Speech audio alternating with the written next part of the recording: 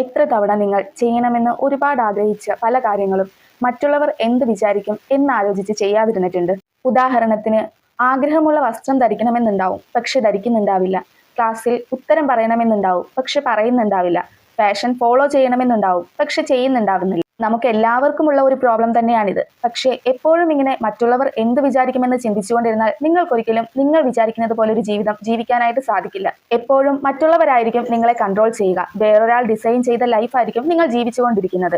ഈ വീഡിയോ കണ്ടു കഴിയുമ്പോഴത്തേനും എങ്ങനെ മറ്റുള്ളവർ എന്ത് വിചാരിക്കുമെന്ന ചിന്തയിൽ നിന്നും നിങ്ങൾക്ക് ഓവർകം ചെയ്യാം, കോൺഫിഡൻസ് എങ്ങനെ വർദ്ധിപ്പിക്കാമെന്ന് നിങ്ങൾക്ക് മനസ്സിലാവും. ഫസ്റ്റ് നമുക്ക് നോക്കാം, എന്തിനാണ് നമ്മളിങ്ങനെ മറ്റുള്ളവർ എന്ത് വിചാരിക്കുമെന്ന ചിന്തയിൽ എപ്പോഴും മുഴുകിയിരിക്കുന്നത്.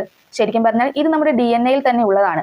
പൂർവികരുടെ കാലത്തിലേക്ക് പോയി കഴിഞ്ഞാൽ, അതായത് ഒരു ഗ്രൂപ്പിലുള്ളവർക്ക് നമ്മളെ ഇഷ്ടമായില്ല എന്നുണ്ടെങ്കിൽ, നമ്മൾ ചെയ്യുന്ന പ്രവർത്തികൾ ഇഷ്ടമായില്ല എന്നുണ്ടെങ്കിൽ ആ ഗ്രൂപ്പിൽ നിന്ന് നമ്മളെ പുറത്താക്കും.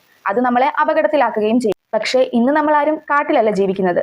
മറ്റുള്ളവരല്ല നമുക്ക് ഫീഡ് ചെയ്യുന്നത്, മറ്റുള്ളവരല്ല നമുക്ക് ക്ലോത്ത്സ് വാങ്ങി തരുന്നത്, ആൻഡ് മറ്റുള്ളവരല്ല നമ്മുടെ ബില്ലുകൾ അടയ്ക്കുന്നത്. പക്ഷേ എന്നാലും നമ്മളിപ്പോഴും ആ പഴയ പേടിയിൽ തന്നെയാണ് ജീവിക്കുന്നത്.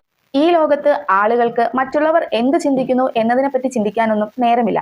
മറ്റുള്ളവർ എന്ത് ചെയ്യുന്നു എന്നാലോചിച്ചിരിക്കാനും നേരമില്ല. ആളുകൾ അവരുടെ ജീവിതത്തെക്കുറിച്ചാണ് ചിന്തിക്കുന്നത്. ആൻഡ് നിങ്ങൾ തന്നെ ഒന്ന് ചിന്തിച്ചു നോക്കൂ, നിങ്ങൾ എപ്പോഴും മറ്റുള്ളവർ എന്ത് ചെയ്യുന്നു എന്നാലോചിച്ചിരിക്കാനാണോ പതിവ്, അതോ നിങ്ങൾ നിങ്ങളുടെ ലൈഫിനെ കുറിച്ചാണോ ചിന്തിക്കുക?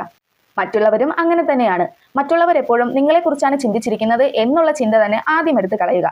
ഇനി എപ്പോഴും ഇങ്ങനെ പേടിച്ചുകൊണ്ടിരുന്നാൽ നിങ്ങൾക്ക് എന്ത് വില കൊടുക്കേണ്ടി വരുമെന്ന് നോക്കാം. മറ്റുള്ളവർ എന്ത് വിചാരിക്കും എന്ന് ചിന്തിച്ച് പുറകോട്ട് വലിയുന്ന ഓരോ നിമിഷവും നിങ്ങൾ നിങ്ങളുടെ ഫ്രീഡം, അതായത് സ്വാതന്ത്ര്യത്തിന്റെ ഒരു പാർട്ട് തന്നെയാണ് നഷ്ടപ്പെടുത്തുന്നത്. ഒരു 10 വർഷം കഴിഞ്ഞിട്ട് പുറകോട്ട് നോക്കി നിങ്ങൾക്ക് പറയണോ, ഞാൻ ഇത്രയും നാളും ജീവിച്ചത് മറ്റുള്ളവർക്ക് വേണ്ടിയായിരുന്നു എന്ന്?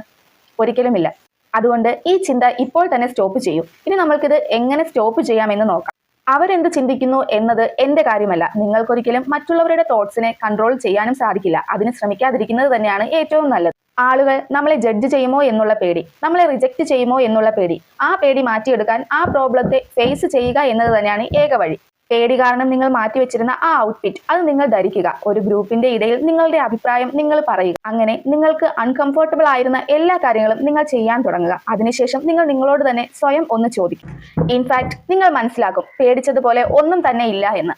മറ്റുള്ളവർ നമ്മളെ ഇഷ്ടപ്പെടുമ്പോഴല്ല നമുക്ക് കോൺഫിഡൻസ് ഉണ്ടാവുക, അത് നമ്മൾ നമ്മളെ തന്നെ ഇഷ്ടപ്പെട്ടു തുടങ്ങുമ്പോഴാണ്.